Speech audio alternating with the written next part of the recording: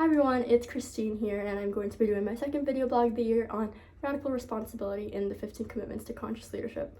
So if I had to rate my responsibility score for the summer of 2022, I'd probably rate myself pretty highly. I'd probably give myself like a 7 or an 8, just because we were first introduced to the idea of radical responsibility in HON401, and personally it came at a very, very important part of my life where I was kind of having a very negative outlook on things. There were a lot of things going on in my personal life where I felt that I was victimizing myself, and I wasn't really realizing that I can't control what happens to me. I can only control my attitude and how I react towards things. So starting in the spring of 2022, after we listened to the radical responsibility chapter for the first time, I realized that I really needed to make a change and become more conscious in my own attitude and how I perceive things.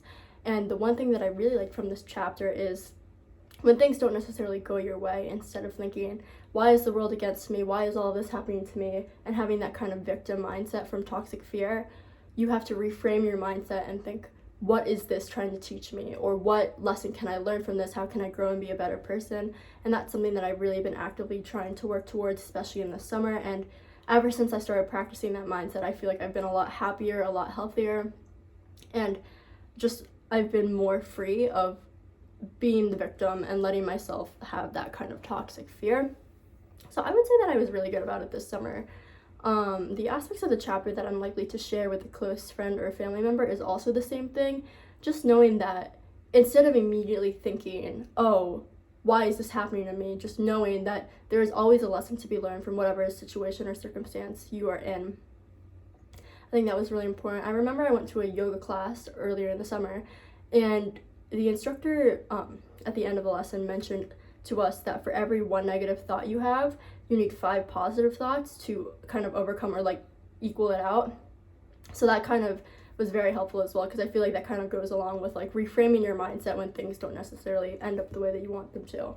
And then one thing that I would change about the author's approach to this chapter is a topic that we touched on in class. It's finding that line and differentiating when you should take full responsibility, because I don't really necessarily believe that taking full responsibility of everything is the healthiest, because sometimes there are just circumstances that happen to you and it really sucks, and you need to acknowledge that it sucks.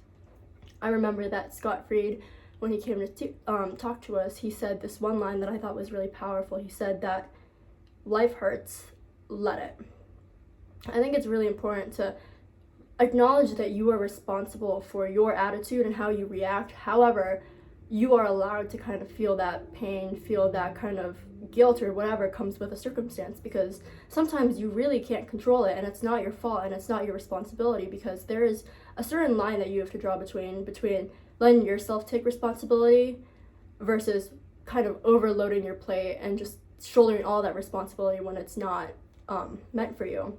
Because sometimes things do suck and people do suck, and that's not your fault. So I think that's really important to kind of distinguish how much you should hold yourself accountable. And I know that's kind of like going against the whole radical responsibility idea, but that's just my take on it. Thank you.